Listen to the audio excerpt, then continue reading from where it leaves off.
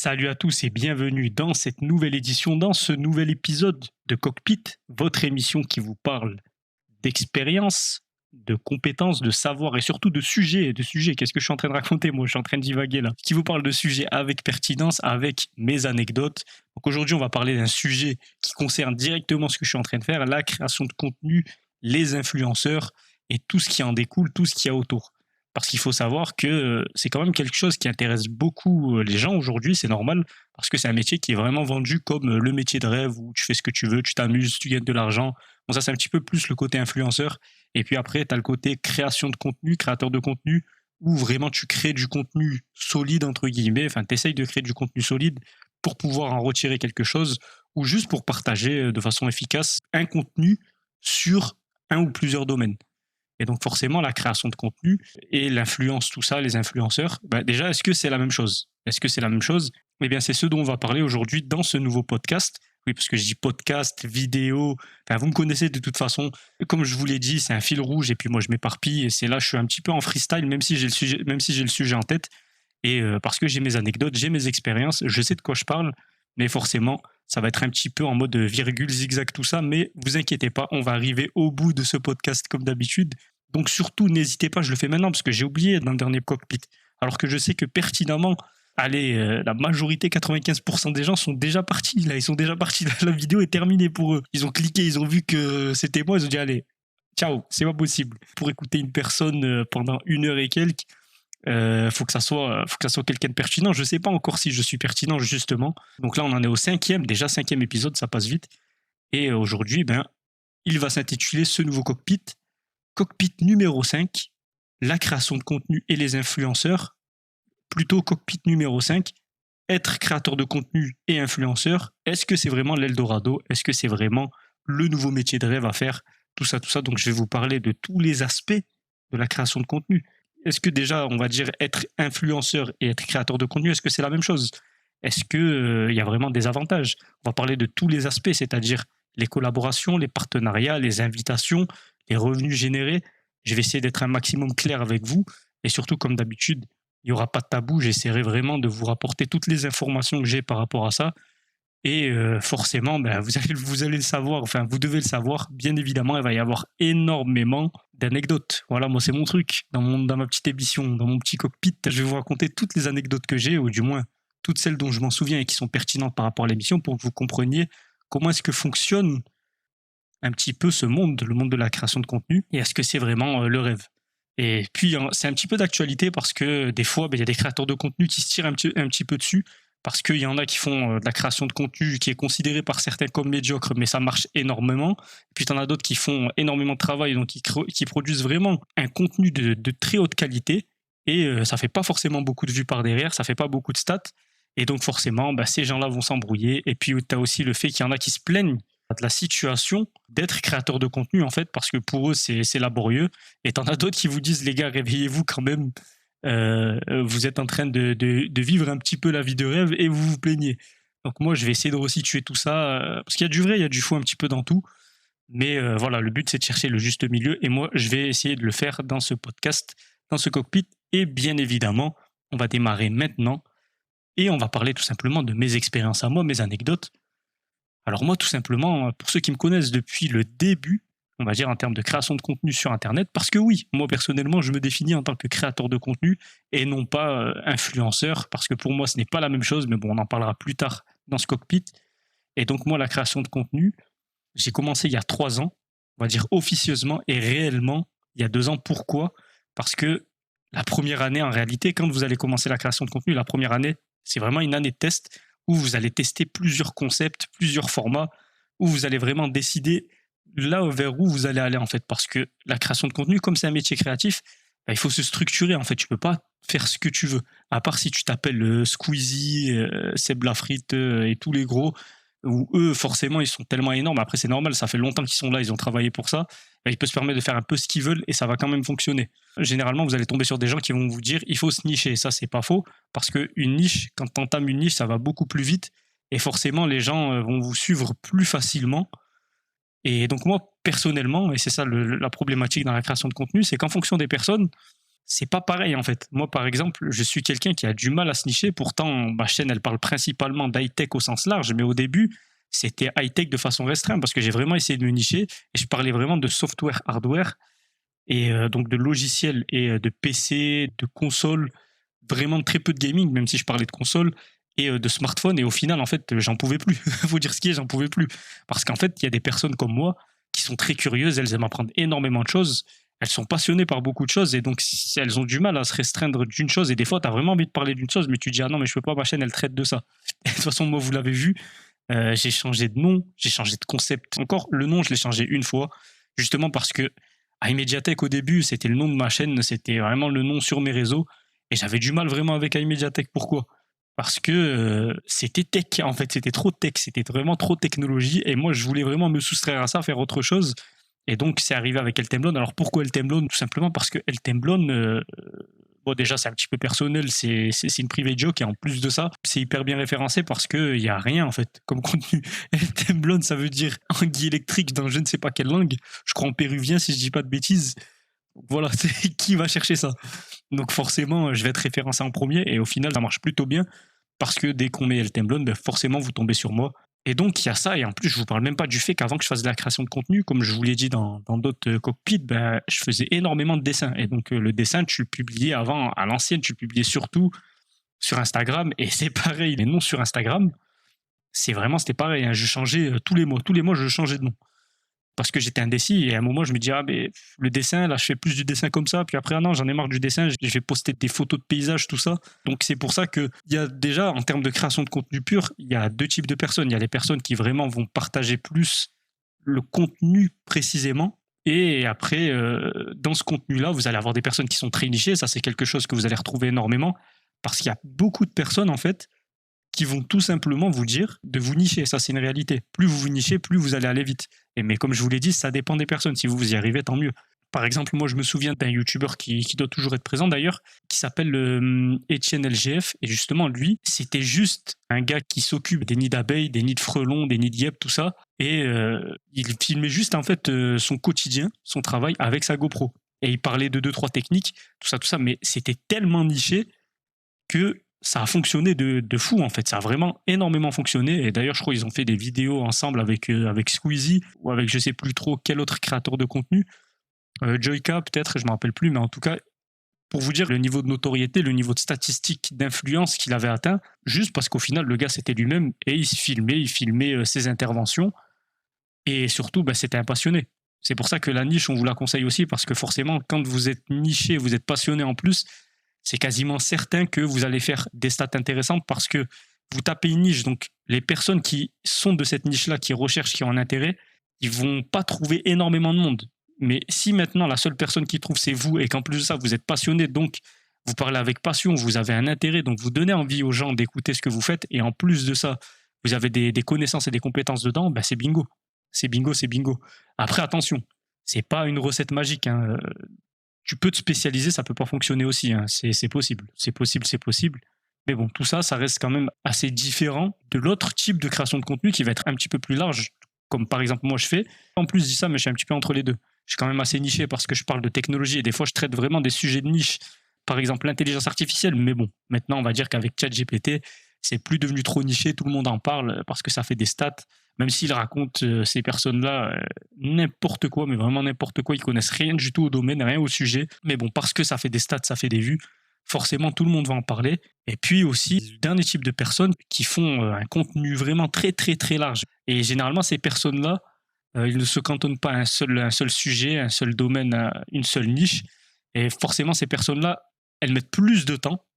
Elles mettent plus de temps à attirer un public parce que c'est plus compliqué de faire un contenu qui parle à tout le monde parce que du coup, il faut être vraiment très pertinent ou très divertissant ou marrant ou plein de paramètres qu'il faut prendre en compte.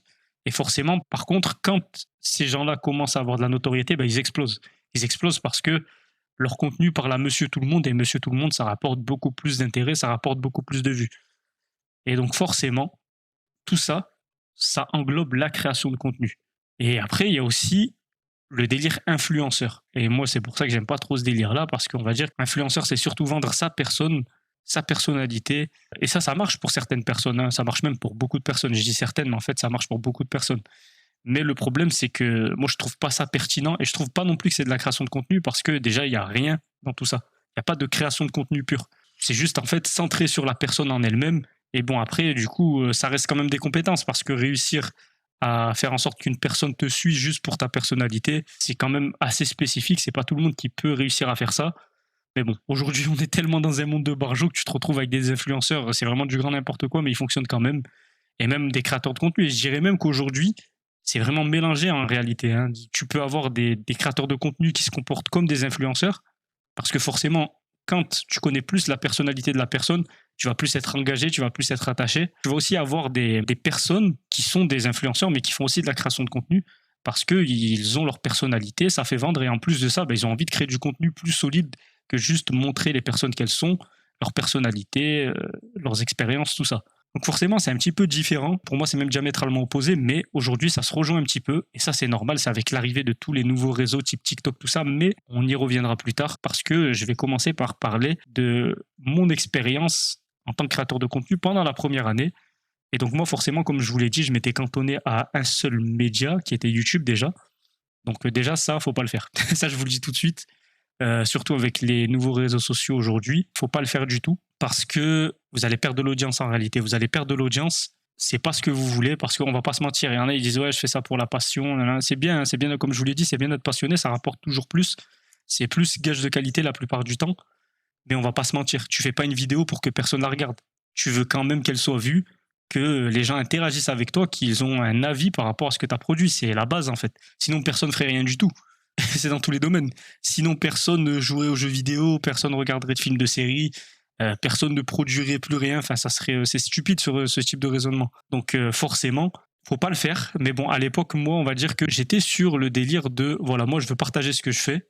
Je veux tester la création de contenu vidéo parce que ça fait longtemps que je veux en faire.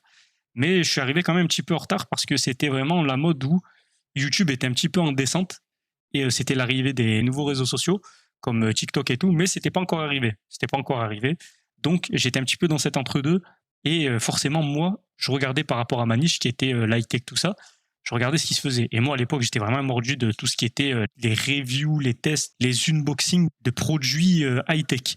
Donc vraiment, je voulais voir c'était quoi le meilleur smartphone, c'était quoi le meilleur PC, les meilleurs écouteurs, la meilleure montre connectée, tout ça. Et je me suis tapé plein de vidéos comme ça, mais juste par envie. Là, pas parce que je voulais faire de la création de contenu, mais par envie. Et du coup, comme mon truc du moment, c'était ça, je me suis dit, je vais lancer une chaîne sur ça. Et ça a coïncidé avec ma fin d'année d'études en intelligence artificielle, avec laquelle j'avais fait les salons Microsoft, et j'avais justement fait ma première expérience sur ça. J'avais couvert les salons Microsoft, donc c'était Init Tour. C'était en 2019, si je dis pas de bêtises. Et honnêtement, c'était plutôt une bonne expérience de base. Par contre, c'était catastrophique. Si vous allez sur ma chaîne, vous regardez la première vidéo, c'était catastrophique. À part au niveau des plans et le montage, moi je trouve qu'encore aujourd'hui ça se regarde en termes de plans et de montage. J'avais quand même essayé de me rapprocher de ce que je voyais quand je voyais quelqu'un qui couvrait un salon, donc j'avais essayé de faire les mêmes pistes vidéo. Par contre, l'audio était catastrophique. Et ça, les gars, il y a tout le monde qui vous le dit, mais c'est vraiment indispensable. L'audio prime sur le visuel. Il faut vraiment que vous ayez un bon audio. Parce que tu peux regarder une vidéo, elle est moche, il y a plein de pixels, elle est horrible, mais la personne, tu l'entends super bien, c'est pas grave, parce que l'information, tu l'as en fait, l'information principale. Par contre, l'inverse n'est pas possible. Tu regardes une vidéo, elle est en 4K, tout ce que tu veux, mais ça grésille au niveau du son, c'est moche, c'est horrible, t'entends rien, tu vas vite mettre pause, tu vas pas regarder. Mais ça, c'est logique, c'est normal. Et moi, à l'époque, j'avais pris une espèce de micro-cravate. J'avais pas de bon micro à l'époque. Je l'avais payé quoi, peut-être 15 euros, 15 euros sur Amazon. Et je l'avais reçu en plus juste avant d'aller au salon. Et j'avais même record de tout ce que je voulais dire. Parce qu'en fait, moi, je comprenais pas comment ça fonctionnait, principalement la création de contenu à la base. Je pensais que j'allais arriver au salon, j'allais faire des interviews, j'allais parler comme ça avec mon micro-cravate et tout. Mais en fait, ça dépend des personnes. Moi, en fait, avec le temps, j'ai compris que je préfère les formats posés comme celui-ci. Ça fait que quand j'ai commencé à enregistrer dans le salon directement, il y avait trop de bruit.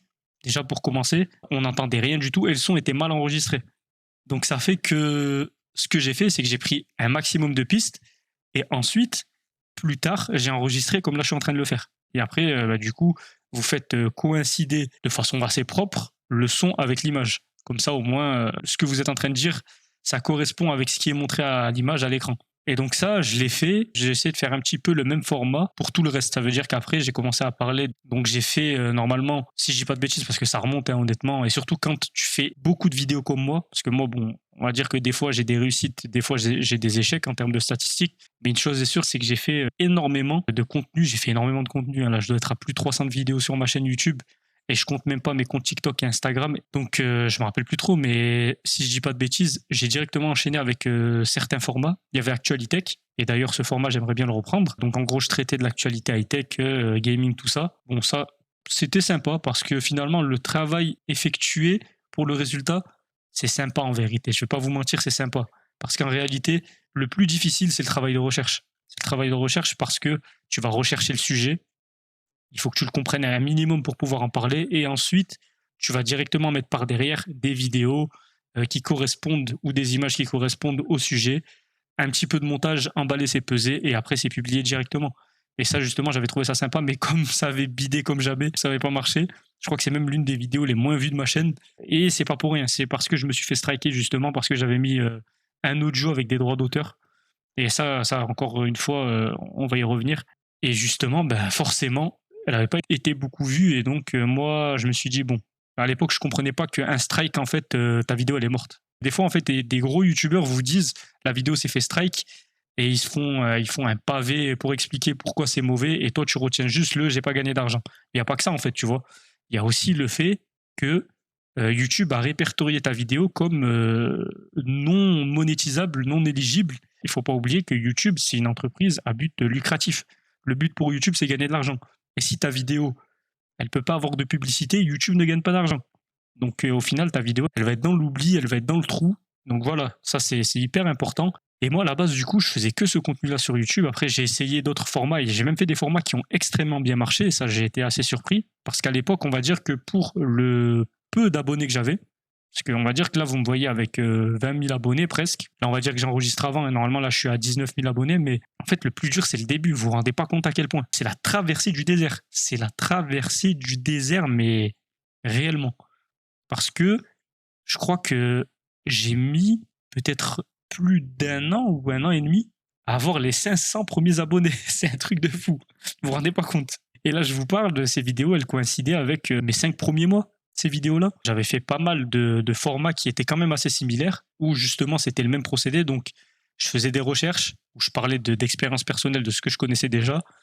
Ensuite, je cherchais un fond visuel et j'enregistrais et je faisais coïncider les deux. Et donc, je faisais des sujets comme pourquoi est-ce qu'il ne faut pas acheter reconditionné, comment bien choisir son PC portable, comment bien choisir son smartphone, quelle est la meilleure console, comment avoir des jeux gratuitement sur PC.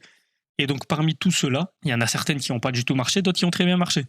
Mais attention, quand elles sont arrivées, ces vidéos-là, enfin les vidéos qui ont marché, elles n'ont pas marché tout de suite. Elles ont mis limite des années. Hein. Ma vidéo la plus vue en termes de long format, qui dure à peu près 15 minutes, c'est comment bien choisir son PC portable. Elle a pété au bout d'un an. Au bout d'un an, elle a fait les 100 000 vues. Et ça aussi, c'est une réalité, c'est que sur YouTube, comme je vous l'ai dit, vous allez avoir la traversée du désert, mais pas qu'en termes de statistiques. C'est que si vous voulez vraiment vivre ou juste gagner un petit peu d'argent avec YouTube, il y a quand même des critères à respecter. Et plus le temps avance, plus les critères sont difficiles. Et donc forcément, ce que vous allez chercher, c'est la monétisation YouTube. Il faut savoir une chose, c'est que la monétisation YouTube, bon, ça a changé un petit peu avec les shorts, mais elle est beaucoup plus compliquée, en plus celle des shorts. C'est que c'est un truc de fou en réalité. La demande qui est faite par YouTube, en fait, hein, on vous demande 4000 heures de visionnage et 1000 abonnés. Et comme je vous l'ai dit, c'est le plus compliqué d'avoir tout ça. C'est vraiment le plus compliqué. Moi, justement, ce qui m'a rapporté tout ça, c'est cette fameuse vidéo, comment bien choisir son PC portable en 2000. Alors moi, j'ai un petit peu magouillé parce qu'à la base, c'était en 2021. Puis après, ça a été en 2022. Puis après, c'était en 2023 parce qu'on va pas se mentir. Les PC, que ce soit les PC, les smartphones, tout ce que vous voulez, il y a une priorité au niveau des composants à choisir. Après, ben, c'est des nouveaux composants, enfin, c'est des composants améliorés chaque année, mais l'exigence en termes de priorité des composants à sélectionner, c'est toujours les mêmes en fait. Hein. Donc après, bon, moi, changer le titre et ça fonctionne toujours autant. Ça fonctionne toujours autant, on va pas se mentir. Et tant mieux. Mais c'est cette vidéo-là qui m'a tout ramené parce que juste avant, j'avais rien du tout. En fait, j'avais pas de vues, j'avais pas de stats, j'avais pas d'abonnés et j'avais pas d'argent par rapport à cette chaîne-là. Et donc, ce qui est fou, c'est qu'il y en a qui ne le savent pas, mais YouTube monétise vos vidéos, même quand vous les monétisez pas. Moi, mes vidéos étaient monétisées dans le sens où YouTube va placer des pubs. mais va placer des pubs, même si vous n'êtes pas éligible à la monétisation, pas éligible aux pubs. Et moi, j'avais beaucoup de personnes qui me disaient, je regarde tes vidéos, tu mets plein de pubs, c'est agaçant tout ça, mais déjà, je continuerai à le faire, déjà dans un premier temps, parce qu'il faut bien que le travail effectué sur tous ces réseaux porte leurs fruits quand même un minimum. Ensuite, les pubs, comme je l'ai dit, en fait, les pubs, elles seront là de toute manière. Donc autant que c'est moi qui récupère l'argent pour pouvoir améliorer le contenu de la chaîne, et pourquoi pas en vivre un jour, plutôt que ça soit YouTube qui ramasse tout le temps là pour faire de l'argent. Donc dès qu'ils vont voir que tu as une de tes vidéos qui marche, qui est visionnée longtemps en plus, bah, ils vont mettre des pubs, pour ils vont gêner. Donc autant que ça soit monétisé, et autant que ça soit monétisé pour nous les youtubeurs, parce que sinon c'est YouTube qui va tout prendre et nous on n'aura rien du tout en échange. Donc ça c'est le premier cas. Et ensuite il y a le fait que juste avant, moi, avant que cette vidéo-là elle tape les 100 000 vues, je touchais rien du tout, et c'est elle qui m'a tout débloqué. Et moi ça me fout un petit peu le seum, même parce que les 100 000 vues de la vidéo, j'ai pas touché d'argent. Parce que c'est cette vidéo-là qui m'a permis de débloquer, à arriver à un certain seuil, la monétisation. Mais avant ça, j'ai rien touché. Et on va dire que le seuil s'est fait un petit peu au niveau des 100 000 vues. Au niveau des 100 000 vues de la vidéo, ça a été débloqué. Donc forcément, tout ça, c'est des tests que moi j'ai fait pendant 1 an. Et on va dire que en réalité, ça m'a appris à faire de la création de contenu. Ça m'a appris à faire de la création de contenu en mode tout ce qui est important dans de la création de contenu. Ça veut dire écrire une vidéo, faire des recherches, traiter le sujet, savoir s'exprimer aussi. Là, on va dire que des fois, là, j'ai des tics de langage où je parle, je mets comme là maintenant, voilà.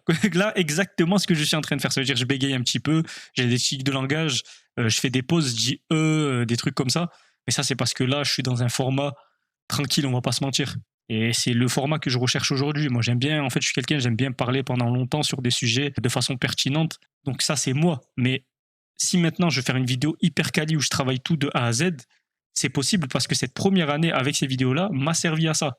En gros, ça m'a servi à, encore une fois, savoir s'exprimer, avoir le storytelling en fait. Le storytelling, savoir raconter une histoire de la bonne manière, avec la bonne intonation, savoir traiter le sujet, savoir écrire, savoir faire coïncider les visuels, chercher les visuels aussi forcément, et faire du montage minimum par rapport aux vidéos. Ça, c'est vraiment le b.a.-ba. Et puis, il y a eu une deuxième traversée du désert. Il y a eu vraiment une deuxième traversée du désert où, déjà, je vous ai parlé de toutes ces vidéos-là, mais vraiment, c'était des vidéos, même si c'est des vidéos que je kiffe, des fois, même, c'est fou, on va me prendre vraiment pour un barjo et un mec hyper narcissique, mais des fois, je les réécoute, parce que je les trouve bien, je les trouve vraiment, vraiment bien.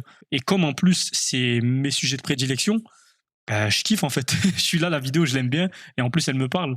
Donc, des fois, je la réécoute parce que c'est vraiment, enfin, ces vidéos-là, je les réécoute parce qu'elles sont bien. Mais, quand même, dans toute cette histoire, même si je les aime bien, c'est des vidéos qui m'ont demandé énormément de temps, vous vous rendez pas compte à quel point. Par exemple, la vidéo comment bien choisir son PC portable, du coup en 2020, 2021, 2023, et aujourd'hui, j'ai juste mis aujourd'hui, comment bien choisir son PC portable aujourd'hui, le petit glitch, forcément, elle m'avait pris du temps, donc à peu près un mois de production.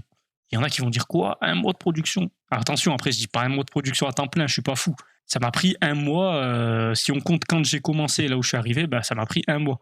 Et pas 1 mois non plus à rien faire du tout. Ça veut dire que la vidéo, je travaillais dessus. Parce que j'ai vraiment voulu faire un truc hyper top quali. Bon, au final, ça a porté ses fruits, mais en termes de, j'allais dire en termes de rapport qualité-prix, je suis encore bloqué avec les smartphones, tout ça. En termes de coefficient temps et statistiques, franchement, je sais pas si c'était réellement pertinent. Après, bon, ça, c'est à vous de me le dire, mais c'est aux spectateurs de le dire. Mais voilà, quoi. Et le pire, c'est qu'elle a fonctionné, mais la plupart, elles ont fait, dans le même type, elles ont fait quoi, 10 000 vues. C'est bien, franchement, 10 000 vues, c'est bien, mais c'est pour celles qui ont fonctionné. Donc il y en a 3-4. Le reste, elles n'ont pas fonctionné, mais pourtant, c'est le même temps de production. C'est les mêmes recherches, c'est la même écriture, c'est le même storytelling, c'est les mêmes galères en vérité. Et donc, à partir de ça, moi, c'est pour ça que j'ai commencé à avoir le petit pétage de plomb. J'ai dit, allez, c'est bon, à Immediatec, c'est terminé. Je vais faire El Temblon. Et c'est là où j'ai commencé à faire El Temblon et j'ai commencé à me diversifier. Mais la diversification ne s'est pas passée comme prévu parce que je faisais plus de stats, en fait, vu que je traitais plus des sujets qui intéressaient les gens par rapport à ma chaîne. Forcément, je me suis dit, bon, je dois me tourner vers quoi parce que là, il faut que ça change. Et il y avait pendant déjà 1 an, les gens qui utilisaient TikTok, et je me suis dit, allez, pourquoi pas en vérité. Pourquoi j'avais pas fait TikTok directement? Parce que moi, j'aime pas TikTok, en fait. J'aime pas TikTok, j'aime pas la plateforme, j'aime pas le format. Le format short, Reels, TikTok, c'est quelque chose qui fonctionne, ça on va pas se mentir, c'est quelque chose qui fonctionne, mais je vais rentrer dans les détails pourquoi c'est intéressant pour certaines choses, mais pas pour le reste. Mais surtout, moi, c'est pas mon délire, en fait. Vraiment, les formats que moi, déjà, je consomme de base, c'est les formats que vous êtes en train de regarder maintenant. Moi, je sais, je suis un mec assez bizarre, mais faut que vous compreniez que moi, les seules vidéos que je regarde sur YouTube, c'est les interviews. En fait, c'est les interviews qui durent 1 heure, 2 heures, 3 heures. Je mets ça en fond et je travaille à côté ou je fais autre chose. Ou je joue, ou peu importe. Mais moi, franchement, regardez ce truc-là là, de une vidéo qui dure moins d'une minute pour qu'au final, t'aies rien retenu. Ça t'a juste un petit peu amusé, diverti et au final, ça t'a servi à rien. Je déteste ça, en fait. Je déteste ça. Et c'est pour ça que moi, quand j'en fais, en vérité, j'essaye d'être le plus concis possible, apporter un maximum d'informations. Et c'est pour ça que moi, mes vidéos, elles font toujours 1 minute ou plus. Parce que j'ai du mal à faire moins. J'ai du mal à faire moins, à part si vraiment j'ai rien à raconter. Et ça dépend encore une fois du sujet, ça dépend des produits que je reçois, des produits que je teste. Vraiment, vous vous rendez pas compte, moi, le temps que ça me demande pour ne serait-ce que trouver ce que j'ai à dire pour que ça soit pertinent. Parce que je peux juste aussi parler, raconter n'importe quoi, comme beaucoup le font. Mais moi, j'aime pas faire ça. Je préfère être pertinent, avoir quelque chose à dire, avoir une valeur ajoutée dans ce que je dis. On reviendra plus tard sur le délire, les reels, les shorts, la création de contenu au niveau de ce format-là. Parce qu'au début, c'était pas comme ça. Au début, on va pas se mentir, t'arrives, tu sais pas trop quoi faire. Moi, moi là-bas, je faisais quoi? Je redimensionnais pas mes vidéos.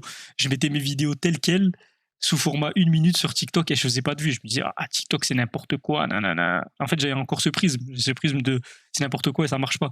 Mais après, je me suis dit, allez, je veux que ça marche, donc je vais regarder ce qui se fait. Et donc forcément, à partir de là, ça allait mieux. Ça allait mieux parce que j'ai regardé, en fait, dans ma niche à moi, dans les sujets que je traitais, ce que les gens faisaient. Et donc j'ai vu qu'en réalité, il faut déjà filmer en vertical, c'est la base. Et au pire, si tu as une longue vidéo en horizontal, tu la redimensionnes. Et ça, je le faisais pas non plus. Et j'ai vu surtout que ce qui marchait à l'époque sur TikTok, et peut-être que ça marche encore, c'est résoudre des problèmes. Résoudre des problèmes. Et moi, comme je viens d'un milieu où il y a énormément de problèmes, vu que c'est le monde de l'informatique, c'est que ça, c'est que du débogage, comme on dit. C'est que résoudre un bug, résoudre un problème, trouver la solution à tout ça. Et je suis arrivé, j'ai commencé, j'ai envoyé plein de vidéos comme ça. Comment faire ça, comment régler ça, comment réparer ça. Et ensuite, j'ai trouvé aussi une petite mode, une seconde mode, qui a été, j'ai découvert tel site, je vous le présente, il est incroyable, tout ça. Et le truc, c'est que moi, si je le dis réellement, c'est un site que je trouve incroyable, je le pense. Je le pense, mais le problème, c'est que c'est pas le cas de tout le monde. Hein. C'est ça que vous comprenez pas, c'est que les créateurs de contenu, les influenceurs, c'est vraiment la plupart des gros hypocrites, des gros mythos juste pour faire des stats. Et le truc, c'est que moi, je sais pertinemment que je fais moins de stats parce que je pourrais en faire plus si je commençais à faire comme eux. Mais moi, je suis pas comme ça. Si vraiment ça me plaît pas, je vais pas dire ça me plaît. Déjà dans un premier temps. Et surtout, je me souviens d'une vidéo, elle m'a marqué celle-là, hein, alors que vraiment c'est une vidéo, elle est anecdotique, je sais même pas si vous allez pouvoir la retrouver parmi toutes les vidéos que j'ai faites. Je faisais le délire de j'ai découvert un site et tout, et moi du coup les sites que je découvrais, pour moi c'était vraiment des sites de fou. Il y avait des sites que je connaissais déjà par rapport à mon expérience de data scientist, data analyst ou encore développeur logiciel, et je les présentais et tout. Et je me souviens d'un site, il était bien sans plus. Mais le fait que je dise pas que c'est un site incroyable, en début de vidéo, c'est-à-dire dans les 3 premières secondes, ça n'a pas fonctionné. Alors que toutes les autres vidéos où je disais j'ai trouvé un site incroyable parce que pour moi c'était incroyable, ça faisait des vues. Ça faisait vraiment beaucoup de vues pour l'époque. Je me disais, attends, juste le fait que j'ai dit, j'ai commencé par j'ai découvert un site, pas incroyable, mais pas mal. Ça a cassé le truc. Ça veut dire que les gens, ils ont dit, allez, ciao, direct. Ils ont scroll direct. Et c'est ça qui est dommage avec ce format-là, c'est que c'est un format qui n'engage pas les gens. Et là, attention, si maintenant vous venez de TikTok ou quoi, attention, ça ne veut pas dire que je ne considère pas mes abonnés TikTok ou mes abonnés Instagram ou mes abonnés YouTube Short. C'est pas ce que je dis, bien au contraire. Bien joué, j'ai envie de vous dire, d'être tombé sur ma chaîne et d'avoir apprécié ce contenu parce que maintenant, regardez, aujourd'hui, je vous raconte tout ça et j'essaie de vous apporter un maximum par rapport à ça. D'un côté, merci, mais il faut que vous compreniez que, et ça vous le savez très bien, quand vous êtes sur un format où le délire, c'est juste de regarder la vidéo vite fait et de scroll, il n'y a pas d'engagement par derrière. Il n'y a pas d'engagement comme une vidéo longue ou un stream où les personnes vont réellement rester parce qu'ils apprécient réellement le contenu ou la personne. Et donc forcément, si ces personnes-là tapent la vidéo du début jusqu'à la fin, c'est que c'est des personnes engagées. C'est-à-dire que demain, tu veux faire un autre contenu, tu veux diversifier ou tu veux faire autre chose, ces gens-là, ils vont te suivre parce que ils aiment bien plusieurs pans de ce que tu proposes, pas seulement ta personnalité, pas seulement le contenu ou pas seulement le short. C'est ça qui est intéressant en fait. Et donc forcément, moi j'avais testé tous ces délires-là et je commençais à comprendre les codes aussi. Parce que ce que j'ai oublié de vous dire, c'est que ce ne sont pas les mêmes codes. Bon, ça vous le savez très bien, c'est pas les mêmes codes quand tu fais une vidéo classique en format horizontal parce que forcément, ça se consomme pas de la même manière. Mais attention, il y a des choses qui sont similaires. C'est-à-dire qu'en gros, ces formats-là sont régis par des algorithmes. Et en fait, ces algorithmes, des fois, ils sont similaires, des fois, ils ne le sont pas. Ces algorithmes, ils vont jouer en fait avec des systèmes de points et ces points-là vont être attribués à la vidéo pour qu'elle soit de plus en plus partagée. Et ça dépend en fait ce qui est mis en avant en priorité par l'algorithme. Donc, il y a plusieurs choses qui se ressemblent. Il va y avoir les tags. Vous savez, sur les vidéos, des fois, vous avez des hashtags. C'est pour que la vidéo soit bien référencée. Il y a le titre aussi qui est hyper important. Ça, c'est sur toutes les plateformes. Parce que le titre, en fait, c'est la description de la vidéo, tout simplement. Sur d'autres, vous avez les miniatures. Pourquoi ? Parce que les miniatures, c'est important, mais ça l'est plus trop aujourd'hui. Enfin, du coup, c'était important. Parce qu'à l'époque, YouTube, la miniature, ça faisait tout. C'est-à-dire que tu voyais la miniature, ça décrivait toute la vidéo, en fait. Et limite, c'est ce qui te faisait cliquer sur la vidéo. Mais maintenant, avec l'arrivée du format vertical, tout le monde s'en fout de la miniature parce que les vidéos se lancent automatiquement et c'est même devenu le cas sur les formats horizontaux de YouTube. Ça veut dire que la vidéo se lance quand même automatiquement. Donc, c'est plus trop une priorité, mais ça reste quand même important. Et puis après, tu as tous les délires. Pourquoi, à votre avis, je dis fais comme les 2 pouces, like et abonne-toi dans mes vidéos ? Parce que ça, c'est un truc qu'on appelle les call to action. Et ça, c'est hyper important parce que vous vous rendez pas compte que le fait de dire à une personne passe à l'action, fais ça, en fait, elle le fait, tout simplement. Elle le fait. Pas tout le monde ne le fait, mais la majeure partie des personnes qui vont s'abonner, qui vont liker votre contenu, c'est tout simplement des personnes qui ont écouté ce que vous avez dit, tout simplement. Donc, il faut le faire. Le call to action, c'est hyper important. Et c'est pour ça que vous avez le délire, likez, abonnez-vous, partagez. Et je suis stupide. Je vais de m'en rappeler maintenant. J'aurais dû vous le dire au début, parce que là, 95% des personnes qui regardent ce podcast, ce cockpit, ont déjà quitté la vidéo dès les 5 minutes. Dès les 5 premières minutes. Et moi, je suis un fou maintenant. Là, regardez, voilà, je passe pour un fou. Non, je vous le dis maintenant, là, tout de suite. Likez, abonnez-vous, partagez, activez la cloche de notification, les commentaires. Abonnez-vous à tous mes réseaux sociaux, TikTok, YouTube, Instagram. Là, la vidéo n'est pas terminée, ne quittez pas maintenant, mais je le fais maintenant parce que normalement, je dois le faire au début. Et là, j'ai oublié encore. C'est pas possible. Enfin, bref. Et donc, tout ça, ça m'a quand même apporté, on va pas se mentir, ça m'a rapporté beaucoup d'abonnés. Ça m'a rapporté beaucoup d'abonnés, que ça soit sur YouTube, Instagram, TikTok. Parce qu'il faut savoir que ce qui est intéressant avec le format vertical, c'est que vous pouvez le republier sur toutes les autres plateformes. Donc moi, ce que je fais toujours, ce que je faisais, ce que je fais toujours, c'est que je fais une vidéo en format vertical où ça peut être des déballages de produits, ça peut être de l'actualité, ça peut être mon avis sur un sujet. Mais peu importe, je finis cette petite vidéo sur un logiciel de montage et ensuite je la publie sur TikTok, en Reels sur Instagram et en Short sur YouTube. Et ça, vous vous rendez pas compte à quel point juste le fait de republier une vidéo sur différentes plateformes, ça m'a propulsé en fait, ça m'a propulsé. Même la plupart des gens qui écoutent ça, mes podcasts, mes vidéos aujourd'hui peut-être sur YouTube ou sur d'autres plateformes, c'est des personnes qui viennent de là. Pourquoi ? Parce que j'ai vraiment fait cette petite chose ultra importante. Je veux dire, pour vous donner les statistiques, à partir de maintenant, si je regarde les statistiques, on va dire que j'ai pris, avec les shorts, j'ai pris sur YouTube 18 000 abonnés. Et j'en ai 20 000, donc c'est pour vous dire. Sur TikTok, j'en ai pris 80 000. Et sur Instagram, quand je suis passé aux Reels, c'est passé à 15 000 maintenant. Donc vous comprenez l'impact que ça a. Et ce qui est intéressant, c'est que les gens ne le savent pas, mais quand ils voient un gros chiffre, ces gens-là, ils se disent c'est quelqu'un de gros. Mais il faut faire la différence entre les statistiques que tu peux voir sur une plateforme et ce que ça génère réellement par derrière.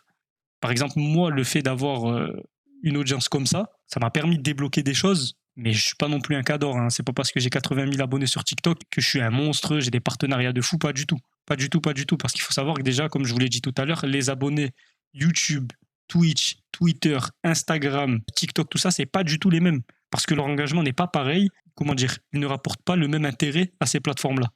Ça fait que, du coup, si maintenant tu as énormément d'abonnés sur Twitter et tu as énormément d'abonnés sur Twitch, c'est plus que toutes les autres plateformes. C'est plus représentatif parce que forcément, que ça soit sur Twitter ou sur Twitch, les deux, c'est des personnes qui vous suivent réellement. Mais vraiment réellement, ça veut dire que si elles veulent plus vous suivre, c'est-à-dire que là sur Twitter, si vous commencez à agacer la personne parce que vos tweets, ça l'intéresse plus, et donc du coup forcément, ça va atterrir sur son feed.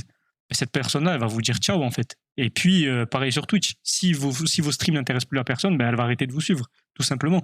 Ensuite, on a YouTube. Les abonnés qui sont sur YouTube, c'est des abonnés qui sont aussi engagés, mais pas comme Twitter et Twitch. Pourquoi ? Parce que YouTube, on va pas se mentir, la plupart du temps, on regarde les recommandations en termes de vidéos. On regarde pas l'onglet abonnement. Et donc forcément, c'est pas prioritaire.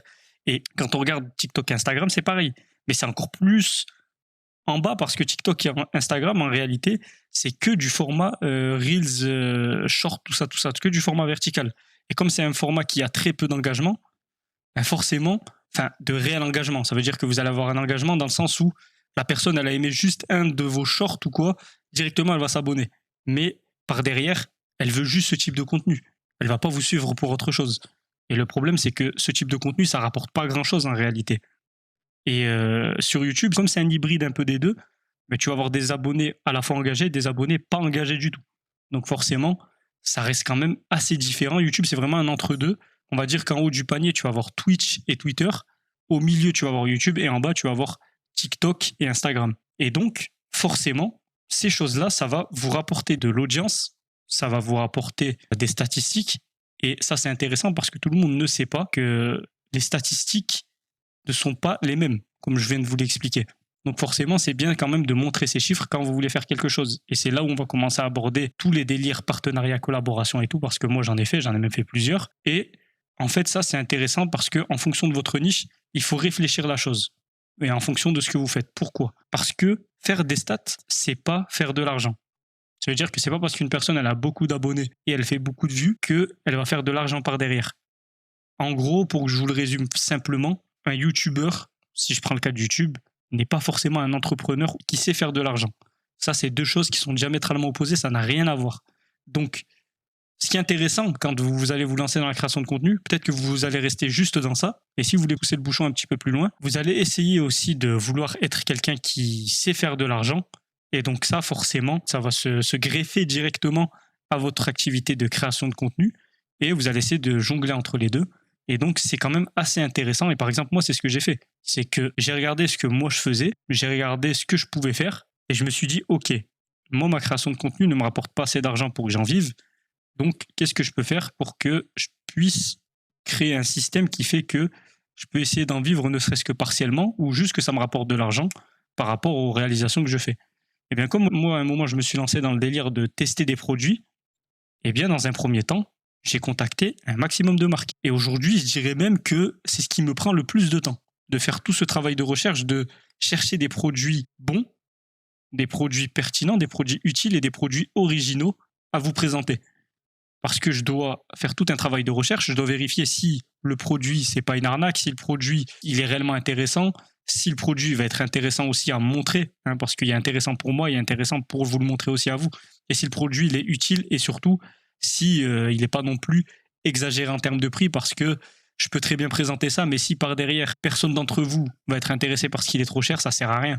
Donc forcément, moi je me suis dit, je vais faire déjà ce travail de recherche, et après, je vais montrer mes statistiques à ces marques-là, et je vais dire, allez, pourquoi pas, dans un premier temps, ne serait-ce que tester leurs produits. Et donc, j'ai eu des marques qui ont accepté. La première, ça a été Fairphone. Et donc, au départ, ça va juste être, on t'envoie le produit, tu fais ta petite vidéo, tu fais ton petit test, tout ça, et ensuite tu renvoies le produit. On va pas se mentir, c'est une douille, hein, même si j'aime bien Fairphone. Hein. Fairphone, heureusement qu'ils ont accepté et que ça a été les premiers à me faire ça, parce que finalement, ça m'a lancé dans tout ça, en fait. Ça m'a lancé dans tout ça. Donc, pour ça, je remercie la confiance qu'ils ont eue, parce que quand je leur avais demandé, j'étais vraiment personne dans le game, mais ils ont quand même accepté, et tout s'est bien fait. Tout s'est bien fait, franchement, c'était très intéressant de tester un smartphone avec un concept différent. Et ça m'a permis de me dire, OK, c'est possible et je vais continuer. Et donc, à partir de ça, ben, il y a eu des partenariats qui ont été différents. Donc, on va dire que ça s'est scindé en trois types de choses en termes de création de contenu. Il y a eu la création de contenu quand je teste le produit et c'est moi qui l'ai acheté. La création de contenu quand je teste le produit et c'est la marque qui me l'a envoyé. Donc, à ce moment-là, ben, en fonction de la marque, et des fois, je dis bien des fois, la marque va vous payer, mais aussi des fois, la marque ne va pas vous payer, elle va juste vous fournir le produit. Parce que quand même, il ne faut pas déconner, au final, vous faites du contenu pour cette marque-là, indirectement, même si c'est pour alimenter vos réseaux à vous, vous faites aussi une publicité indirecte. Donc, voilà, donc dans un sens, ça, c'est à faire aussi. En troisième partie, il y a la création de contenu quand c'est d'autres personnes de mon entourage qui reçoivent des produits et donc je leur propose de déballer le produit et d'en faire une vidéo. Et si elles acceptent, ben voilà, moi, ça me permet en fait de faire fonctionner et de faire tourner ma chaîne avec énormément de contenu autour des tests de produits. Et ça fait que des fois, je me retrouve avec des commentaires où les gens me disent soit ouais, t'es un blindé, t'achètes plein de trucs, comment tu fais pour avoir tout ça, t'as pas honte, t'es payé, nanana et tout, alors que la plupart du temps, pas du tout, vraiment pas du tout. Mais bon, de toute façon, quand t'es payé, t'es censé le dire. Et moi, je dis, de toute façon, quand je suis payé, c'est comme ça. Et puis, je vais un petit peu vite parce que je vais quand même revenir sur un aspect de la création de contenu qui est quand même gérer sa communauté. La communauté, c'est quand même quelque chose d'assez compliqué parce que Il n'y a pas que vos vidéos. En fait, vous pouvez penser qu'il n'y a que vos vidéos et la création de contenu qui va permettre à vos abonnés d'interagir avec vous, mais en réalité, pas du tout. Il y a tout ce que vous faites autour. Il y a ce que vous allez publier sur les réseaux sociaux, vos stories aussi. Les stories, c'est important. Un petit contenu en attendant les gros contenus. Puis après, vous pouvez aussi faire en sorte que c'est les shorts en réalité, vos espèces de petites stories. Donc ça, il y en a qui arrivent à le faire. Mais bon, comme moi, je travaille un maximum mes shorts, forcément, je le vois pas comme une story. Et aussi, ben forcément, il y a le point de vue de vos abonnés, mais aussi le point de vue extérieur.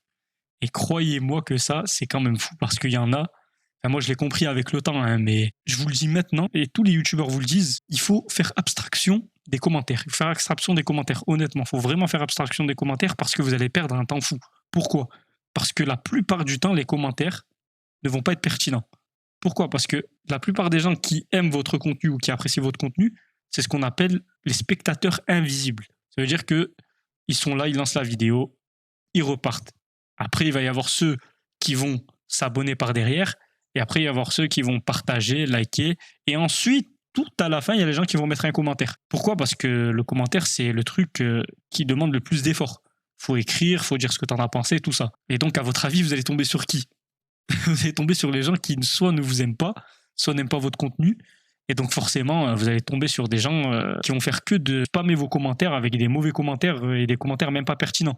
Par exemple, moi je peux vous citer, à un moment j'avais fait... Ah oui, j'ai oublié de vous parler de cette mode-là. À un moment, j'avais découvert justement un site qui permet de découvrir la réelle taille des pays, parce que pour ceux qui ne le savent pas, la carte qui est utilisée encore aujourd'hui et qui est le plus populaire, c'est la carte avec une projection Mercator.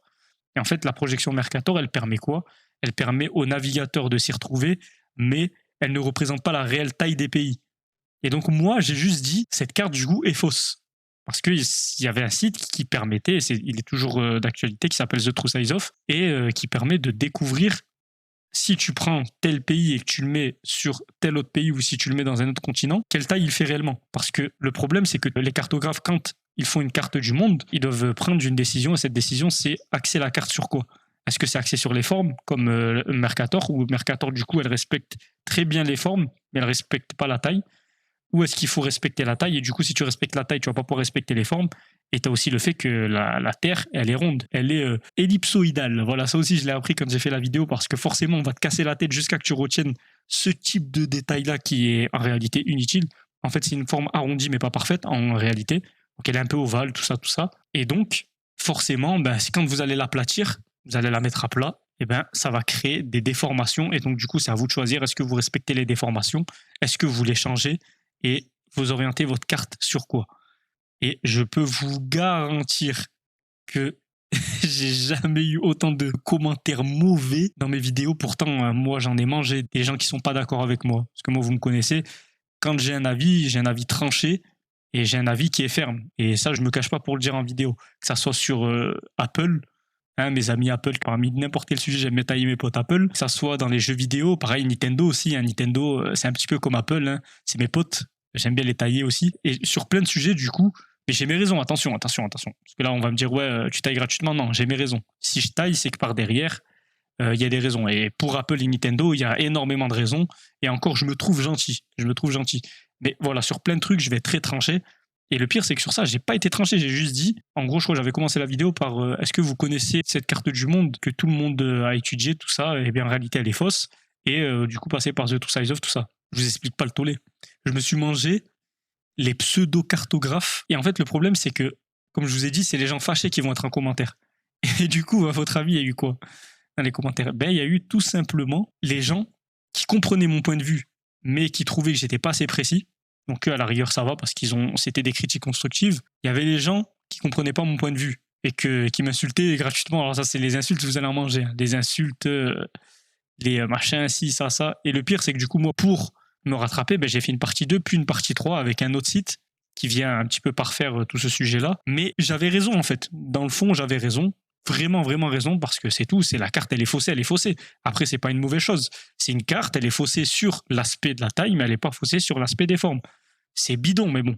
Les gens, faut pas leur dire ça. C'est vraiment, t'as dit je sais pas quoi, en fait. Tu les as mis en run, machin, et là, ça y est. Là, c'est 1 million de commentaires négatifs que tu vas prendre. Et les gens vont tailler, nanana. Tu corriges ça dans la deuxième vidéo, qui fait quasiment le même nombre de vues. Parce que là, je vous dis, elle avait pété cette vidéo. Je crois qu'elle a fait 700 000 vues en tout. Donc, bien évidemment, c'était un short. La seconde, pareil, elle a dû faire peut-être 300 000 vues. Et la dernière, elle a dû faire 100 000 vues. Et donc, t'as beau te corriger et tout, les gars sont quand même pas contents. Et il y a des fois, même, tu parles d'un truc qui n'a rien à voir, mais ils vont quand même te prendre toi à partie. Je vous donne un autre exemple. Quand j'ai vu que le délire des pays et tout ça marchait, je me suis dit, ben moi, ça m'intéresse toujours, je veux continuer. Donc, ce que je vais faire, avec ces 2 sites que j'ai trouvés, je vais comparer 2 pays en termes de superficie pour voir si c'est réellement les bonnes tailles. Si on met, par exemple, je vais donner un exemple tout bidon, hein, mais c'est la vidéo qui a fait pareil, un tollé aussi, l'Algérie et le Groenland. Et moi, je me suis dit, attends, je vais faire l'Algérie et le Groenland. Et le pire, ce qui est fou, c'est que moi, pour faire interagir ma communauté, je disais aux gens, dites-moi en fait quel pays vous voulez comparer. Les pays les plus likés, enfin les comparaisons les plus likées en commentaire, je les ferai. Une des plus likées, donc c'est pas moi qui choisis, c'est vraiment la communauté, hein, pour revenir sur le sujet.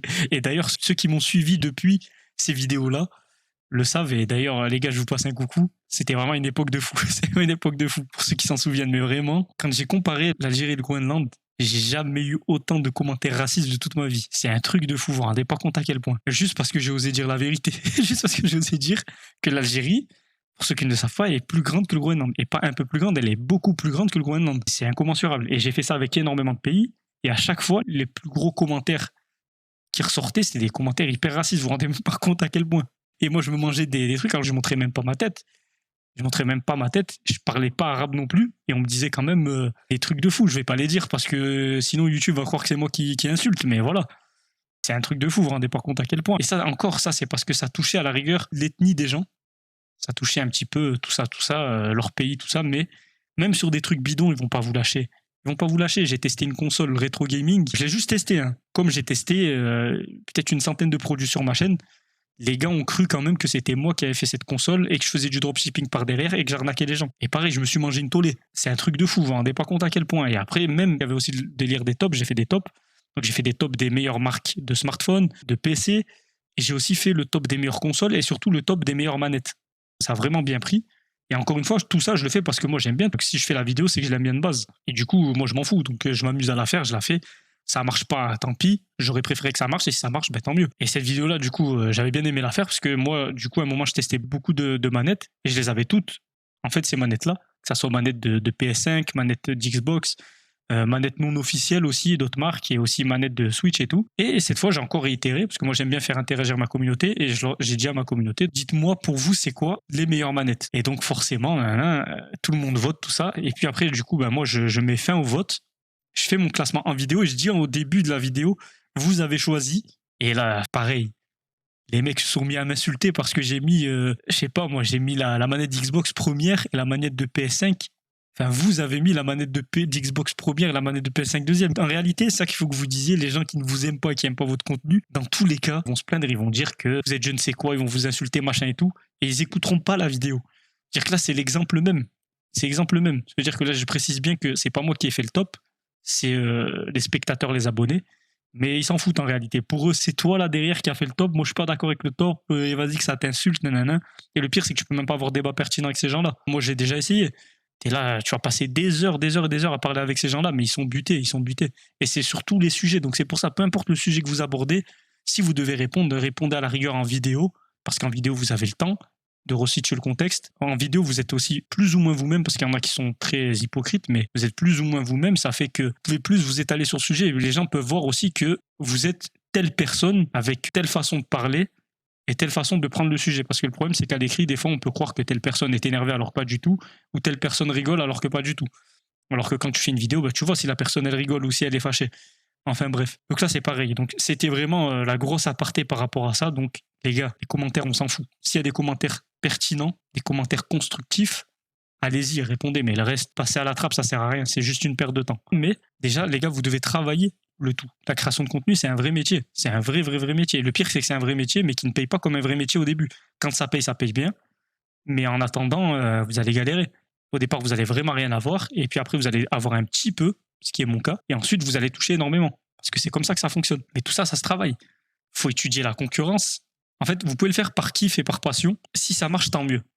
Mais même si, moi, c'est mon cas, par exemple, moi, je fais des vidéos, comme je vous l'ai dit, c'est pour ça que je change de vidéo, de style de vidéo, de format tous les mois presque. Ben, c'est parce que moi, j'arrive pas à m'y faire. Pourquoi j'arrive pas à m'y faire? Parce que moi, je suis quelqu'un, j'aime bien ça, il faut que je fasse une vidéo dessus. Ça m'empêche pas non plus de regarder comment ça se fait. Parce qu'il y en a aujourd'hui, tu vas leur dire, ouais, il faut quand même que tu regardes la concurrence, il faut que tu regardes comment ça marche, il faut que tu fasses les choses bien. Ils vont se braquer, ils vont dire, non, non, moi je fais juste ce que j'aime. Et si ça marche pas, tant pis. Si ça marche, tant mieux. C'est pas comme ça que ça marche. Il faut quand même essayer d'être rationnel. Ça veut dire que si maintenant tu vois que ton format il requiert un minimum de qualité, ben vas-y, n'hésite pas. Ça sert à rien de se braquer. Que tu fasses du jeu vidéo, que tu fasses de l'automobile, que tu fasses de l'agriculture, peu importe. C'est bête et méchant. Et en fonction des formats et des domaines, les besoins ne vont pas être les mêmes. Par exemple, l'agriculture, tu n'auras pas besoin de faire du montage de fou parce que le public concerné s'en fout du montage de fou. Mais attention, si tu fais du montage de fou, ça va quand même être mieux déjà. Et surtout, tu peux aussi te contenter du minimum, c'est-à-dire d'avoir une bonne caméra et d'avoir un bon micro. Parce que imaginons que l'agriculture, c'est ta passion et que tu vas au final filmer avec ton téléphone et ton téléphone, il filme mal et en plus de ça, tu as un mauvais micro, ben au final, voilà quoi, tu auras quand même partagé ta passion, mais tu l'auras mal partagé parce que tu n'auras pas eu les bons outils. Donc ça, c'est important, il faut travailler tout ça. Et tu as vraiment énormément d'outils. Aujourd'hui, tu as ChatGPT qui peut t'aider à écrire un script, qui peut t'aider à trouver tes sujets, qui peut t'aider à faire tes titres, tout ça. Tu as énormément d'outils qui vont te permettre de faire ton montage vidéo, tu as d'autres outils qui vont te permettre de faire tes miniatures, comme Canva, tu as tout un pan de choses qui sont en plus gratuites. Hein. Par exemple, parler d'un sujet.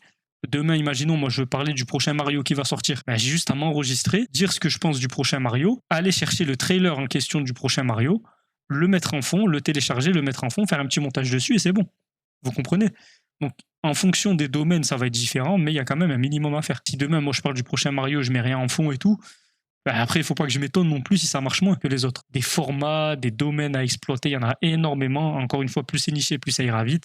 Et plus c'est large, ça ira lentement. Mais quand ça pètera pour de bon. Ça reste quand même éphémère. Je vous dis, ça pètera pour de bon. Ça reste quand même un métier plus ou moins très précaire. Hein. Tu sais pas en réalité. Tu sais pas si ça va rester. Moi, j'ai énormément de vidéos qui ont fait beaucoup de vues. Et puis après, comme tout, le concept de cette vidéo finit par s'essouffler. Et toi, même tu changes, tu as envie de faire autre chose. Puis les abonnés aussi changent. Hein. Peut-être ils ont plus envie de te suivre au bout d'un moment.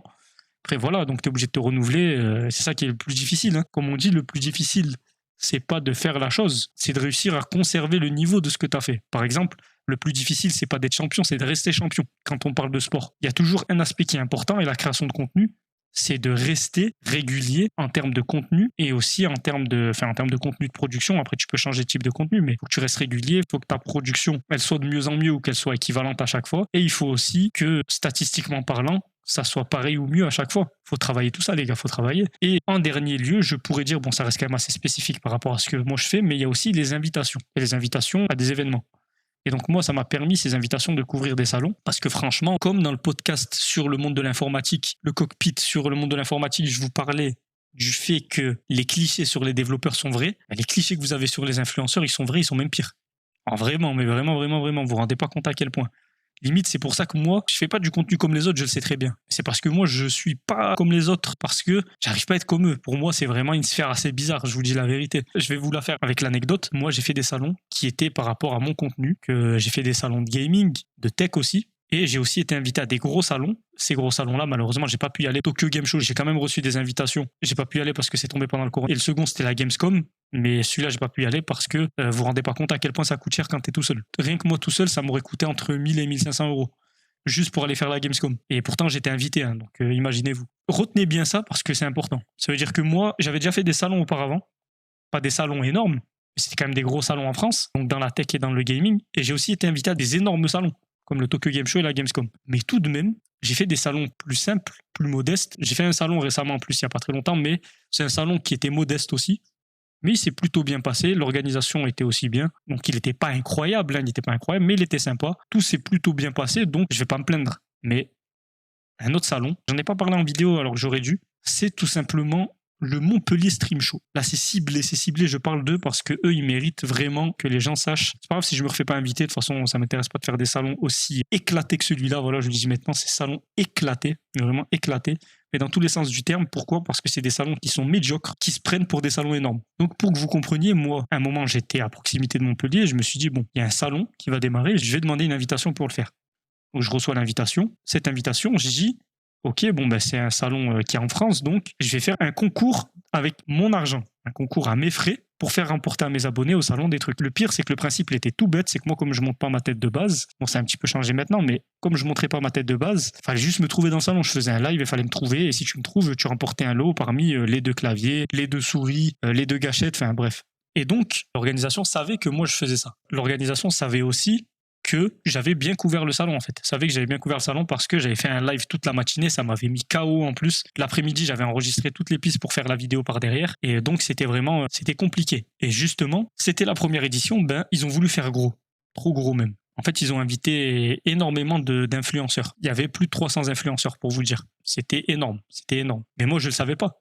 Moi, je suis arrivé, déjà, j'aime pas qu'on me considère comme influenceur. Je préfère qu'on me voit comme un journaliste ou qu'on me voit comme un créateur de contenu, mais pas comme un influenceur. Moi, ça m'intéresse pas. Je suis pas un gars qui va te dire moi, je t'influence. Moi, je n'influence personne. Moi, je t'influence pas. Chacun est libre de sa pensée, en fait. Chacun est libre de sa pensée. Tu veux penser comme ça, tu penses comme ça. Moi, je donne mon avis. T'es d'accord, tant mieux. T'es pas d'accord, tant pis. C'est pour ça que j'aime pas ce délire de j'influence la personne, machin. Oui, il y a la psychologie, il y a tout ça, mais il faut arrêter au bout d'un moment. Faut arrêter.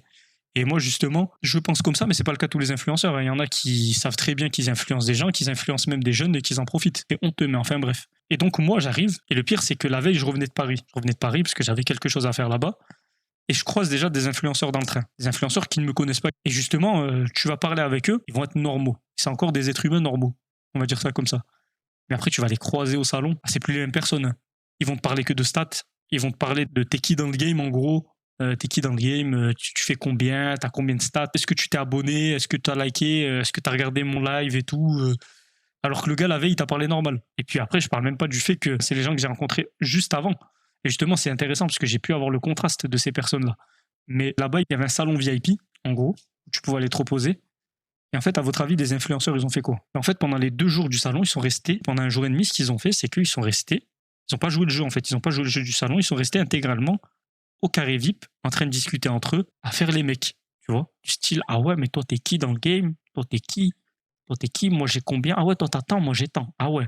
Et le pire, c'est que quand ils se parlent entre eux et que le plus gros d'entre les deux voit qu'il est plus gros que l'autre, ils vont arrêter de se parler, les mecs. Moi je vous dis ça, je l'ai vu en live. À un moment, en gros, j'étais en train de faire un live, c'était Instagram ou TikTok, je me rappelle plus, et je croise un mec, et je savais pas que ce mec c'était un gars qui faisait du streaming, en gros, il est sur Twitch et sur des jeux comme CS ou quoi. CSGO, tout ça. Mais je savais pas qu'il était beaucoup suivi, tu vois. Et moi, je fais mon petit live et tout, on n'est pas beaucoup en plus dans le live, parce que c'était le premier live, vraiment, c'était vraiment le premier live que je faisais de ma vie. Et on n'était pas beaucoup et tout. Et je commençais tout à parler avec lui, on était assis à côté, parce qu'il y avait il y avait une présentation, en fait, du salon, et nous, on était assis à côté. Je parlais vraiment comme ça. Il dit, ouais, toi, tu fais quoi et tout? Ah ouais, moi, je fais ça, je fais du CSGO. Ouais. Non, ouais, je suis fort, ouais. Non, j'ai 50 000 personnes qui me suivent, ça va. Ouais, ça va. Ouais, j'ai envie, ouais. Je vis, ouais. Et je fais mon petit live. Et le mec, il me dit, ah ouais. Il me dit, ouais, mais on est combien là sur le live? Abonnez-vous, là, on est combien? Et après, quand je lui dis qu'on est, je sais plus, on était combien? On n'était pas beaucoup en tout cas. On était moins de, je pense, on était moins de 100. On était moins de 100, ouais. On était moins de 100, on était moins de 50 même. Dès qu'il voit qu'on n'est pas beaucoup, il fait, ah ouais. Et bon, allez, ciao, hein. Moi, c'est trop pour lui, c'était trop pour lui. Ah, c'est un truc de fou. Et puis après, je te parle même pas. Parce que j'allais dire, nous aussi, on a utilisé le carré VIP. Enfin, moi, j'étais allé avec un ami qui m'accompagnait justement, parce que lui, il avait une formation de cadreur, donc il pouvait m'aider justement à cadrer tout ça. Donc ça veut dire que vraiment, j'ai amené un de mes potes pour qu'il travaille avec moi. Ça veut dire que vraiment, lui, il a travaillé. Et bon, il a pu profiter du salon un minimum, mais il a quand même travaillé. Et moi aussi, j'ai travaillé. Ça veut dire que moi, j'ai organisé un concours à mes frais. J'ai live toute la matinée. Toute l'après-midi, j'ai fait des vidéos. Donc encore heureux que des fois, je vais aller me reposer en haut. Mais moi, je n'avais pas calculé que tous les autres influenceurs, en fait, ils étaient restés en haut. Et attention, quand je vous parle d'influenceurs, pensez pas que c'était des monstres, hein, c'était des mecs juste parce qu'ils ont beaucoup d'abonnés sur TikTok. Et encore une fois, TikTok c'est le plus bas en termes d'abonnés, d'abonnements, en termes de représentation, en termes de ce que ça représente. Sauf que pour eux, c'est des gros chiffres. Donc c'est des gros chiffres, ils avaient quoi? Il y en a un, il avait 200 000, l'autre il avait 500 000, l'autre il avait 1 million. Alors dans leur tête, c'était des monstres. Dans leur tête, c'était des monstres. Ils parlaient à personne, ils se parlaient que entre gens qui ont tous les deux 1 million d'abonnés. Et le pire, c'est qu'il y avait un contraste de fou parce que du coup, moi, j'ai dit avec tout ce que j'ai fait, j'ai quand même le droit d'aller un petit peu me reposer. Et le pire, c'est que je savais même pas qu'il y avait à manger entre midi et tout. C'est vraiment pour dire que nous, on était vraiment là pour remplir notre part du contrat, quoi, pour faire en sorte que le salon soit bien représenté. Et je monte et tout, et je vois que tout le monde se parle en termes de niveau. J'étais avec mon pote, j'ai dit, ah ouais, c'est un truc de fou quand même. Ils sont vraiment comme ça dans la vraie vie. Ils sont vraiment comme ça dans la vraie vie. Et c'est pas des êtres humains, c'est des robots. Ils parlent en termes de données. Et du coup, on tape des barres et tout avec mon pote. Et c'est des mecs. À un moment, on voit qu'il y a à manger, du coup, on se dit attends, on va essayer d'en profiter pour essayer de manger quelque chose. Et c'est des mecs, ils ont aucun respect, aucune éducation. Ça veut dire que c'est monsieur, je ne me pousse pas pour laisser la place aux autres pour manger. Parce que je suis la resta, je suis celui qui a le plus d'abonnés. Je vais pas le citer.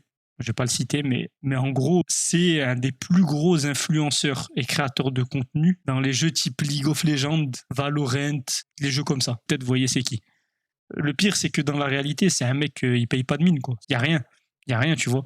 Donc ça fait qu'au minimum, essaie d'être respectueux, tu vois. Non, pas de respect. Le gars, tu lui parles, tu dis, excuse-moi, pousse-toi. Enfin, moi, ça m'est pas arrivé à moi. Parce que moi, je pense que je me serais fâché, je me serais embrouillé avec la personne. Mais non, ça arrive à mon pote. Et justement, il dit, excuse-moi, tu peux te décaler pour que je prenne ça. Le gars, il répond pas. Il te regarde, il répond pas. Ah ouais, c'est une dinguerie, hein. C'est vraiment une dinguerie. Ces gens-là, vous avez compris. Ces gens-là méritent une petite tape derrière la tête pour leur rappeler que les réseaux sociaux et les vidéos, ce n'est pas la vraie vie, bien évidemment. Et je parle même pas du fait que moi, je me suis fait des collègues là-bas, dans le sens où tu vas parler avec des gens, tu vas sympathiser avec eux parce qu'ils sont dans le même délire que toi. Mais moi, j'étais plus dans le délire des gens qui n'étaient même pas influenceurs. Ça veut dire que, par exemple, j'ai parlé avec un mec, c'était le cousin d'un tel qui, lui, est connu. Le cousin, lui, c'est pas son délire, c'est pas les réseaux sociaux, c'est pas machin. Mais du coup, c'est un gars normal. Et du coup, tu vas parler avec lui et tu vas t'entendre avec lui. J'ai envie de dire, miskin, le gars, il est tout seul.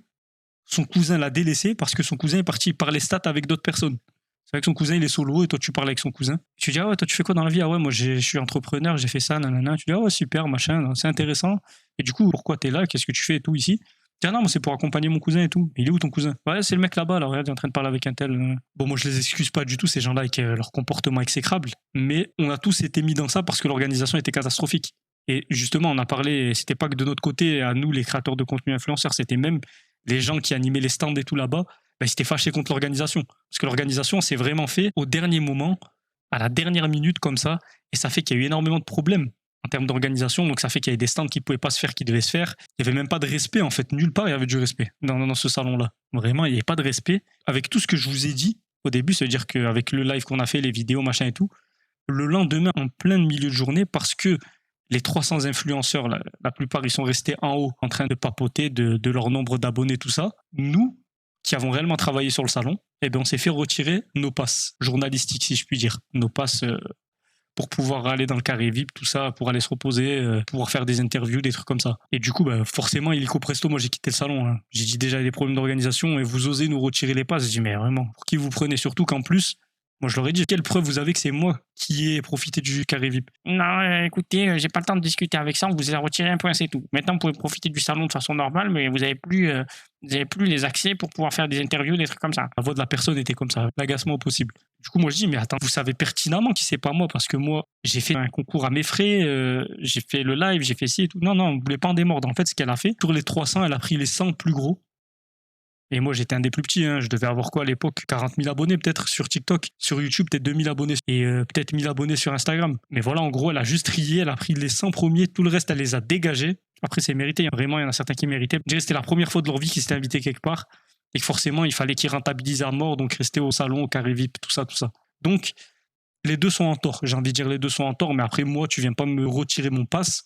Toi, avec ton misérable salon qui est organisé n'importe comment, alors que je me fais inviter dans les plus gros salons de la planète en termes de gaming. Dire le pire, c'est que ces gens-là le savaient en plus. Que moi, j'étais quelqu'un qui est quand même un minimum respecté dans le milieu, parce que quand tu fais pas de demande d'invitation au salon, t'envoies ce que tu as déjà fait et t'envoies les invitations que tu as déjà reçues. Donc ces personnes ont vu que moi, j'étais invité par des gros salons, type TGS, donc Tokyo Game Show et Gamescom, que j'ai couvert des salons type Microsoft, Paris Games Week. Ah oui, en plus à Paris Games Week, à l'époque, c'était il y a 10 ans quand même. Hein. J'avais vu à l'époque Cyprien et Squeezie. Cyprien et Squeezie qui étaient justement dans leur carré VIP à eux. Et moi à l'époque, je faisais déjà de la création de contenu, pour ceux qui ne le savent pas, mais la chaîne a disparu, le contenu aussi. Et justement, c'était la première vidéo que j'avais faite pour cette chaîne-là. C'était une chaîne orientée 100% gaming. Et à l'époque, c'était pas comme maintenant. C'est-à-dire qu'aujourd'hui, on te dit un tel, tu peux pas l'approcher parce qu'il a des gardes du corps, là, tu peux comprendre. Mais à l'époque, personne valait rien du tout. Poulizy, il y a 10 ans, ça venait de démarrer. Je me souviens, j'avais essayé d'interviewer un mec qui s'appelait Calypso53. Je crois qu'aujourd'hui, il fait des vidéos sur les vélos, peut-être, ou peut-être les motos, je sais pas. Et à l'époque, il faisait du Call of. Et t'essayes de lui parler, non, attention, il faut que tu vois ça avec mes gardes du corps, nanana. Il faut que tu vois avec mon agent, je sais pas quoi, nanana. Alors que le gars, j'ai le micro, j'ai la caméra, on est là juste à côté, t'es en train de rien faire du tout. Mais c'est pour vous dire que ça monte vite à la tête. Hein. Et pareil, Cyprien et Squeezie, j'étais à côté du carré VIP, mais le carré VIP, il était ouvert. Dans le sens où il y avait juste une banderole, des espèces de barrières. Mais c'est-à-dire que tu passes à côté, tu pouvais parler avec eux. C'est comme s'il y avait une barrière invisible.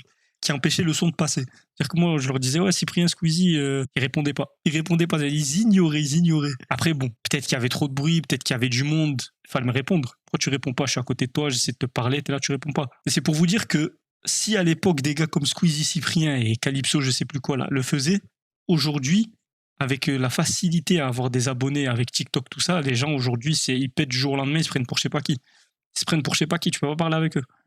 Et je parle même pas à la fin, quand moi je suis parti du salon, quand on a retiré le carré VIP, il y avait des gars que j'avais croisés dans le salon, avec lesquels j'avais sympathisé. Quand je vais pour partir, leur dire au revoir, limite, ils avaient pas envie de te serrer la main, les mecs. Je dis, wesh, ah ça y est, tu re dans ton délire de toi, t'as combien? Parce qu'à mon avis, on doit quand même comprendre certaines choses dans le sens où tu fais des recherches sur l'autre, tu vois. C'est-à-dire que moi, des fois, je reconnaissais des mecs, je savais que c'était des gars qui pesaient des énormes youtubeurs, des youtubeurs qui ont presque 10 millions d'abonnés, des trucs de fou. Vous vous rendez pas compte? Des 5 millions, des 8 millions. Et le pire, c'est que, à part le gars que je vous ai dit, avec la table où il fallait servir à manger, ben les autres, le pire, les plus gros, hein, vraiment les plus gros, ils étaient tranquilles. C'est-à-dire qu'ils étaient tranquilles.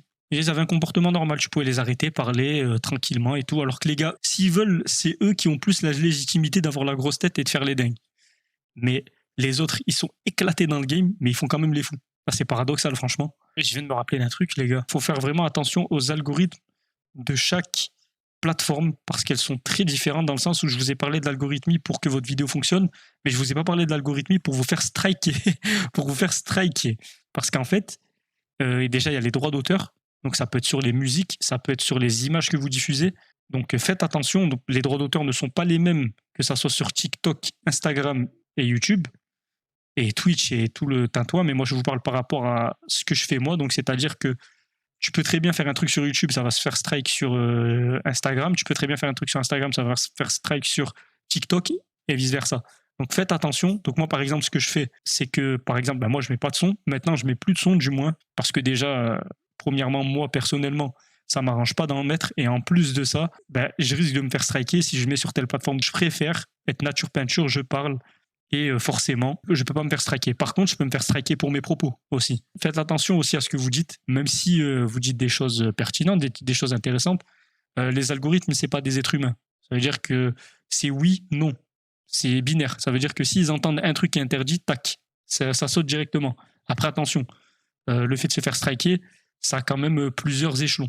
Tu peux te faire striker juste le son de la vidéo, comme tu peux te faire striker juste ta monétisation, comme ça peut être l'intégralité de ta vidéo qui se fait striker. Donc ça dépend. Encore une fois, ça, les gars, essayez d'être malin. Essayez d'être malin. Par exemple, pour ceux qui parlaient du coco à l'époque où c'était vraiment virulent et YouTube strikait tout à ce sujet-là, ils disaient la piqûre d'abeille, par exemple. Piqûre d'abeille ou autre chose. Donc ça, c'est pareil. Essayez d'être malin. Essayez aussi de penser quand vous faites votre vidéo ou votre contenu, peu importe. Essayez de penser à tous les médias que vous allez toucher et sur quoi vous allez publier votre contenu. C'est-à-dire que si vous savez que sur TikTok, tel truc se strike, mais pas sur Instagram et sur YouTube, mais que vous comptez quand même publier sur Instagram et sur YouTube, pensez d'abord la vidéo pour TikTok, par exemple. Alors, la monétisation, comment ça fonctionne?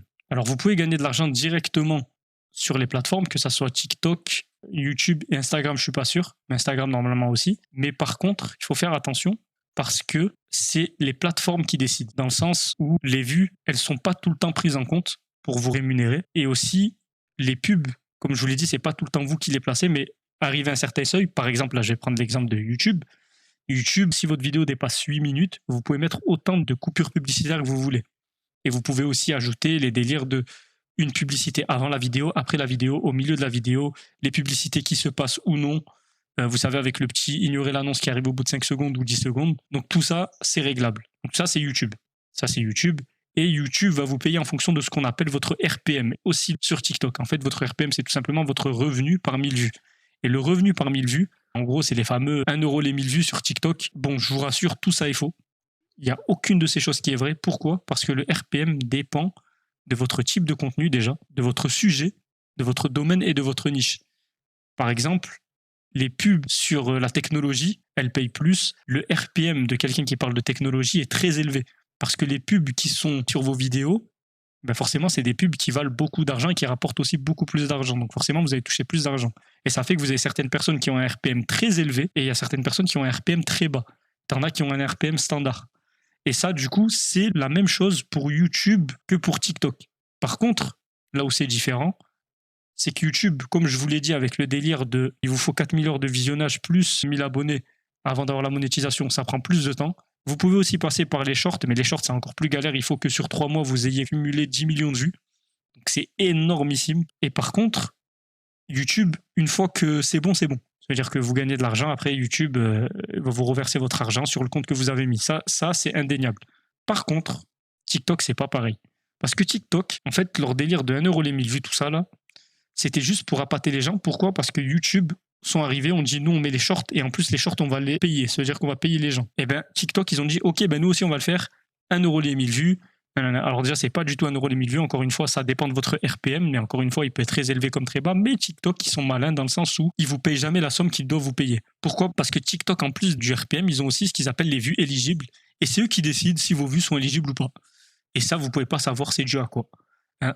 Et le pire c'est que par moment une vidéo qui vous a rapporté, imaginons, je sais pas moi, c'est pas mes stats à moi, hein, c'est pas mes stats à moi, mais moi je connais quelqu'un, de toute façon qui l'a dit publiquement, qui devait toucher 7000 euros par rapport à son compte TikTok, mais c'est un gars qui a 2 millions d'abonnés, sur les 7000, il a touché que 1000 euros.